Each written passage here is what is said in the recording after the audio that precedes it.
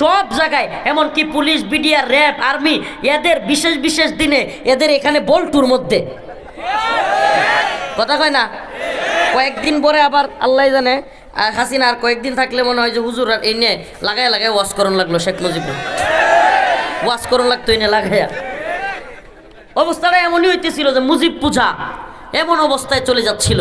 আমাকে বলেন, আপনি টাকাই লাগালেন, আপনি ভাস্কর্যের মধ্যে কল্লা লাগাইলেন, ভাস্কর্য বানালেন, মূর্তি বানালেন, টাকার মধ্যে বাপের ছবি লাগাইলেন, স্কুলে, আদালতে, অফিসে, সব জায়গায় বাবার ছবি লাগাইলেন, অথচ হইল কি 16 মিনিট যাইতে পারে না ক্ষমতার কল্লা ধইরা মারো টান, মুজিব হইছে খান খান।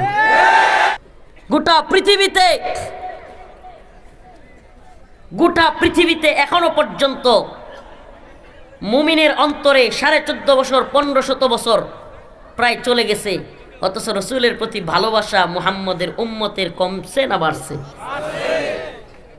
আমাদের দেশের এক নেত্রী যিনি চলে গেছেন, তার বাপের ছবি টেহার মধ্যে, স্কুলের মধ্যে, আদালতে, অফিসে, এরপরে কি কই বই পুস্তকের মধ্যে, রাস্তার মোড়ে মোড়ে, ভাস্কর্যের মধ্যে, সব জায়গায় তার বাপের ছবি লাগাইছিল। কথা কয় না? লাগাইছিল না? কি হয়েছে লাগাইয়া? কি হয়েছে? আমি এটা মজা করে বলি যদিও, কিন্তু বাস্তবতা তো এটাই যে আপনি টাকার মধ্যে, বাড়ির মধ্যে, আদালতের মধ্যে, অফিসের মধ্যে, স্কুলে, কলেজে, এমনকি আলিয়া মাদ্রাসায়, এমনকি টাকার মধ্যে, ভাস্কর্যে, মূর্তির মধ্যে, সব জায়গায়, এমনকি পুলিশ, বিডিআর, র্যাব, আর্মি, এদের বিশেষ বিশেষ দিনে এদের এখানে বল্টুর মধ্যে কথা কয় না। কয়েকদিন পরে আবার আল্লাহ জানে হাসিনা আর কয়েকদিন থাকলে মনে হয় যে হুজুর আর এই নিয়ে লাগায় লাগায় ওয়াশ করণ লাগলো, শেখ মুজিবুর ওয়াশ করণ লাগতো এই নিয়ে লাগাইয়া। অবস্থাটা এমনই হইতেছিল যে মুজিব পূজা এমন অবস্থায় চলে যাচ্ছিল। আমাকে বলেন, আপনি টাকাই লাগালেন, আপনি ভাস্কর্যের মধ্যে কল্লা লাগাইলেন, ভাস্কর্য বানালেন, মূর্তি বানালেন, টাকার মধ্যে বাপের ছবি লাগাইলেন, স্কুলে, আদালতে, অফিসে, সব জায়গায় বাবার ছবি লাগাইলেন, অথচ হইল কি 16 মিনিট যাইতে পারে না ক্ষমতার কল্লা ধইরা মারো টান, মুজিব হইছে খান খান। কি আশ্চর্য কথা! অথচ গোটা পৃথিবীতে টাকা দেখেন, একটা টাকার মধ্যেও ছবি নাই, গোটা পৃথিবীর কোন জায়গায় একটা মূর্তি নাই, ভাস্কর্য নাই। শত শত বছর চলে গিয়েছে, 1000 বছর চলে গিয়েছে, এখনো উনার নামে একটা কটূক্তি কেউ করলে গোটা পৃথিবীর শত শত উম্মতে মুহাম্মাদি একত্রিত হইয়া পৃথিবীকে একসাথে কাঁপায়া যায়। লা ইলাহা ইল্লাল্লাহ মুহাম্মাদুর রাসূলুল্লাহ। কোন জায়গায় মূর্তির দরকার নাই।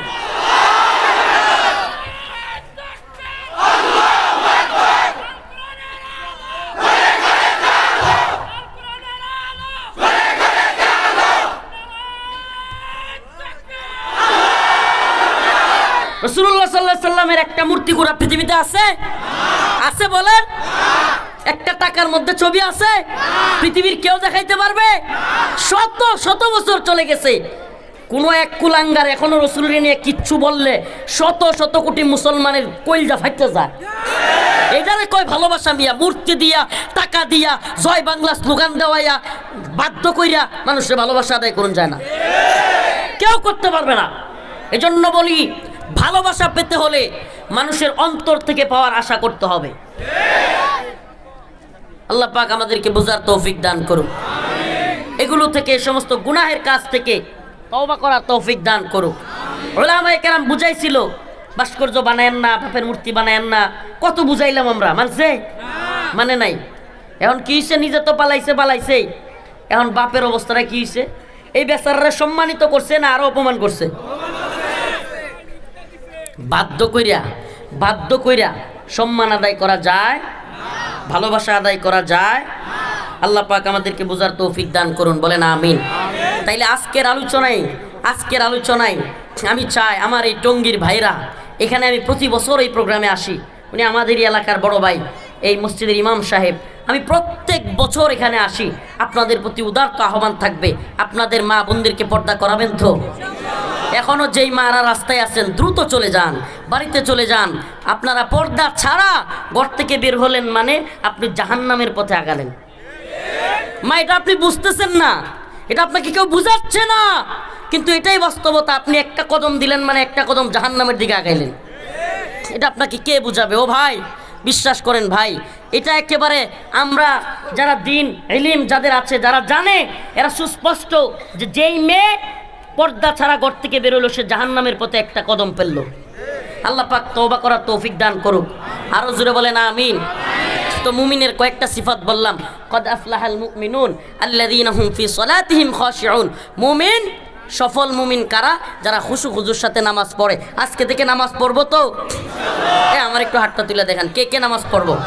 নামাজ পড়বো তো ইনশাআল্লাহ? আল্লাহ পাক তৌফিক দান করুক, বলেন আমিন। আরো জোরে বলেন আমিন। বউকে পর্দায় রাখবো তো? যেদিন নাই হেডিও কইতেছে ইনশাআল্লাহ। আল্লাহ এটারে বিয়ে করায় দাও।